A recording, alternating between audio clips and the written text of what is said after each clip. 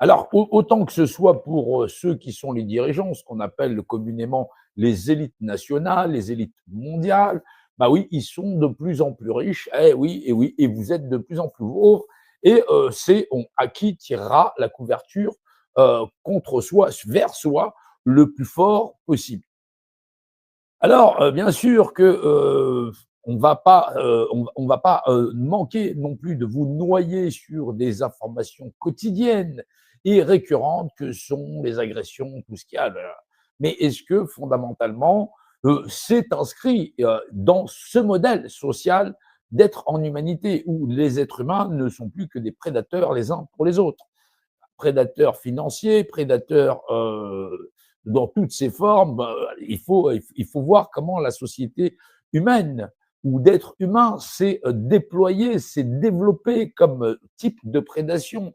Et effectivement, pour que chacun puisse tirer encore une fois vers soi la petite couverture sociale en disant effectivement, nous vivons, il est important que les hommes vivent en collectivité et que cette collectivité puisse exister surtout pour que moi, en tant qu'individu, membre de cette société, eh ben, j'en tire moi-même mon profit. Voilà. Et quand on te dit l'autre, la société n'a pas pourvu aux moyens les plus élémentaires, à la dignité les plus élémentaires que sont les droits humains, à la sécurité, la sûreté, choses qui sont marquées, qui sont écrites, inscrites dans les constitutions de base de ces modèles de société, les gens te disent, bah, il a qu'à travailler plus pour gagner plus, ou il a qu'à traverser la rue et il trouvera du boulot. Alors bien sûr que c'est une société où largement on a pris l'habitude de prendre les gens pour des cons. Bah oui, non, ou plutôt de les y laisser. Et oui, c'est toujours une histoire de poids, de mesure. Alors bien sûr, exister sur cette planète to be or not to be, comme on le disait au début, William Shakespeare, c'est vrai que si vous n'existez pas, bah oui, vous n'avez donc pas de problème. Et bah vous affrontez le monde qui vous entoure. Alors seriez-vous né pour être dans la servitude et donc dirigé par des individus qui se donneraient l'appât du gain d'une génération en génération en étant les élites sociales de cette société. Donc, vous n'avez qu'à regarder les familles politiques. Effectivement, vous avez pour certaines personnes une large généalogie qui remonte à il y a plus d'une cinquantaine d'années, voire même une centaine d'années pour certaines. Bah oui, c'est presque les dinosaures à l'échelle de la politique nationale. Alors, on doit comprendre que oui, non, il n'est pas né d'homme, il n'est pas naquit d'homme, oui, qui serait né mieux favorisé normalement par la nature pour pouvoir dominer ou être le dictateur des autres. Il n'en est pas. Et effectivement, la Déclaration des droits de l'homme et du citoyen, 1789, le stipule dans l'article 1er, c'est-à-dire effectivement l'article 1er, les hommes naissent et demeurent libres et égaux en droit. Et c'est là où commence le problème.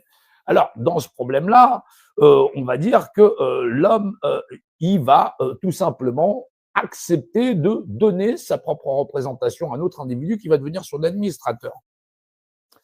Alors, tantôt, on me posait la question, mais effectivement, aujourd'hui, on est dans un monde unifié qui est assez complexe. Et effectivement, la République française existe en tant que société immatriculée aux États-Unis, et ainsi de suite, ceci, cela, avec son RCS et ceci, cela.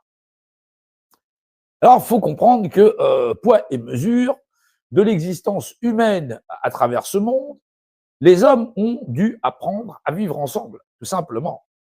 Et il faut des règlements pour vivre en société. Ces premiers règlements, c'est tu me tues pas, je ne te tue pas. Ce qui est donc, ce qui paraît être une évidence, mais il va falloir que ça aille au-delà de ça. Au-delà de ça, c'est effectivement, je vais construire mon petit bâti, je serai chez moi, tu seras chez toi, tu pourras pas rentrer chez moi, tu pourras pas rentrer chez toi, je pourrais pas rentrer chez toi sans l'accord de l'un ou de l'autre. Et au fur et à mesure, les hommes, ils vont finir par apprendre à écrire. Donc l'écriture ne remonte pas à si loin que ça dans l'histoire de l'homme et de l'humanité. Sur une espèce qui a à peu près 10 millions d'années, l'apparition de l'écriture, c'était il y a un peu plus de 5000 ans. Ah oui, ça fait pas très lourd. Oui. L'écriture en tant qu'écriture. Voilà.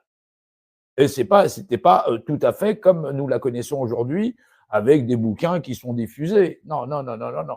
On est dans des micro-sociétés qui, effectivement, pour essayer de se faire comprendre des uns des autres, vont apprendre ou faire apprendre des éléments de base aux gens pour pouvoir contracter, pour pouvoir déterminer les codes juridiques et ainsi de suite. C'est d'abord des documents, c'est d'abord une écriture qui sert d'abord à des élites. Bah oui, parce que effectivement, l'homme, dans sa nature profonde, dans l'art de profiter des autres, a pratiqué très tôt l'esclavage sur ses congénères. Le dernier esclavage qu'on a connu, c'est effectivement la libération de la femme. Les femmes ont toujours été avilies et asservies aux hommes. Bah oui, bah oui. Non, on n'en parle pas beaucoup de ce type d'esclavage. Oui. Non, non, non, non, non. Sur la planète entière, il y a encore beaucoup de femmes qui ne peuvent pas aller à l'école parce que on dit que certains pays, certaines nations, c'est des nations qui sont dirigées que par des hommes. Hein. Voilà, vous vous emmerdez pas. Ça a été pareil pour les clergés, c'était un truc de bonhomme. Tu pisses debout, c'est OK, tu pisses assis, c'est mort. Voilà. Donc il faut bien comprendre que l'esclavage, la servitude du genre humain sur le genre humain ne date pas d'hier. Et l'asservissement du genre humain, c'est-à-dire que du genre humain et l'autre, il va te dire les blancs et les noirs, machin chose. Non, non, non, non, non, non, non, non, non. C'est d'abord l'homme sur la femme. Et ça, c'est une servitude qui date de perpète les oies.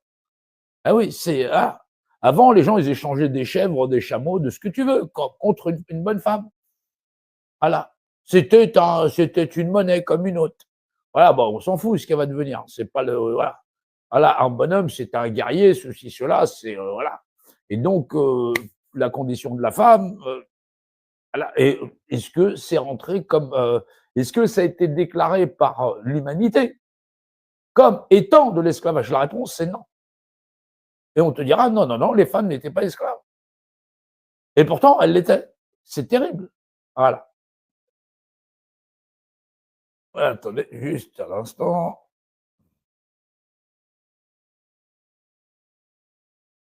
Alors, j'ai où ça? Non, non, ça devrait aller. Bah, peut-être je vais le reculer, le micro.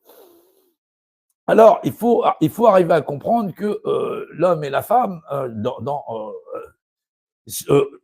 ayant vécu ensemble, l'asservissement de l'homme par l'homme et de l'homme sur la femme, et oui, et ben les hommes, ils se sont aussi mis en servage entre eux. Alors, par ethnie, par tribu, et ainsi de suite. Mais là, on dit que c'est de l'esclavage.